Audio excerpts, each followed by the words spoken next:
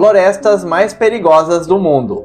Epping Forest, Inglaterra. É uma floresta densa e enorme. Essas características fizeram de Epping Forest, em Essex, na Inglaterra, um dos esconderijos favoritos dos criminosos e um lugar favorito para se esconder corpos. Dezenas de cadáveres foram descobertos enterrados entre suas árvores desde a década de 1960. Talvez seja por causa de sua história turbulenta que hoje aqueles que se atrevem a entrar relatam ouvir ruídos estranhos e visões fantasmagóricas.